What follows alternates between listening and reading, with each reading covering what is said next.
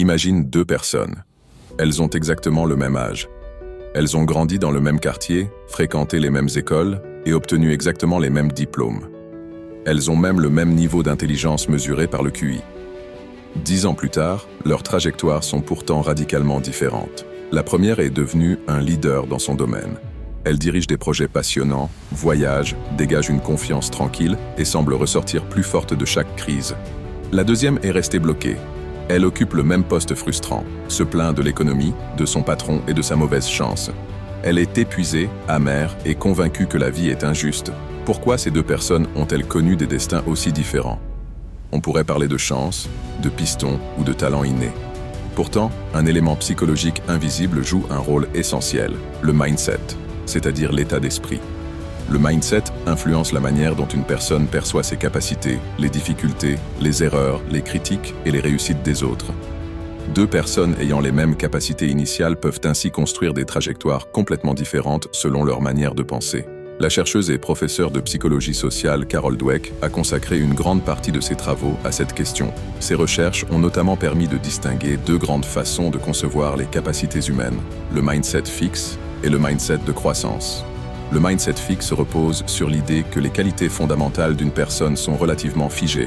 L'intelligence, le talent, la personnalité ou les capacités seraient des caractéristiques que l'on possède en quantité déterminée. Dans cette vision du monde, chaque situation devient une sorte d'examen. Il faut constamment prouver que l'on est intelligent, compétent, talentueux ou capable. Cette manière de penser possède plusieurs caractéristiques. La première est l'évitement des défis.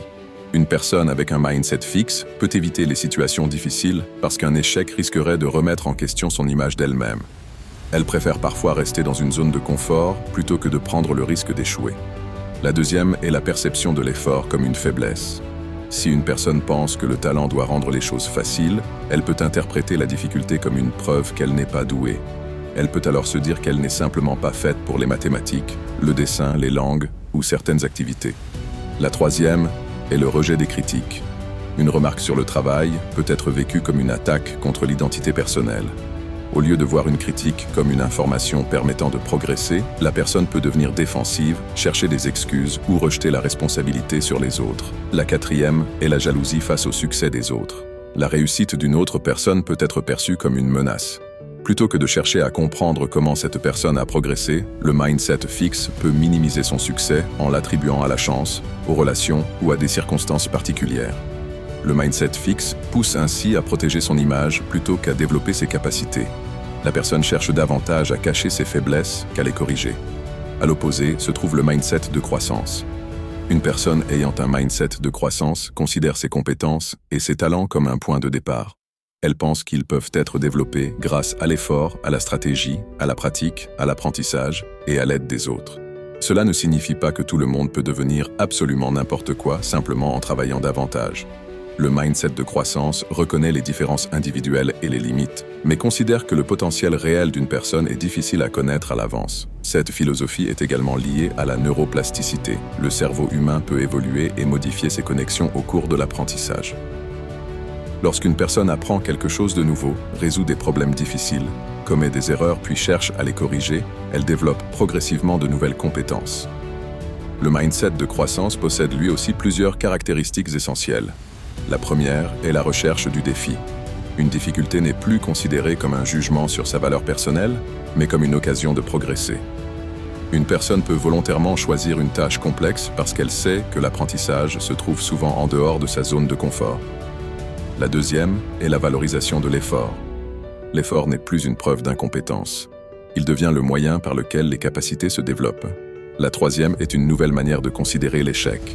L'échec ne définit pas l'identité de la personne. Il devient une information. Au lieu de penser « je suis incapable », la personne cherche à comprendre ce qui n'a pas fonctionné, quelle stratégie doit être modifiée et ce qu'elle peut apprendre de cette expérience. La quatrième est l'utilisation du succès des autres comme source d'inspiration. Au lieu de ressentir de la jalousie, une personne avec un mindset de croissance cherche à comprendre les stratégies, les habitudes et les efforts qui ont permis à quelqu'un d'autre de réussir.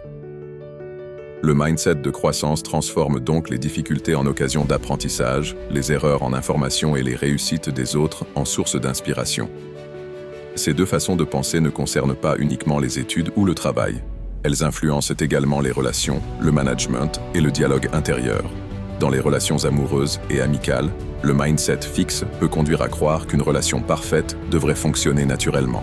Les conflits peuvent alors être interprétés comme la preuve que deux personnes ne sont pas faites l'une pour l'autre. Le mindset de croissance considère au contraire qu'une relation se construit. Les désaccords peuvent devenir des occasions de mieux comprendre l'autre, d'améliorer la communication et de grandir ensemble. Dans le monde professionnel, un manager avec un mindset fixe peut rapidement classer ses collaborateurs en différentes catégories, les personnes talentueuses, les personnes moyennes et celles qui ne seraient pas suffisamment compétentes. Un manager avec un mindset de croissance cherche plutôt à révéler le potentiel de chaque membre de son équipe. Il encourage l'apprentissage, accepte les erreurs constructives et valorise l'innovation. Le troisième domaine concerne le dialogue intérieur.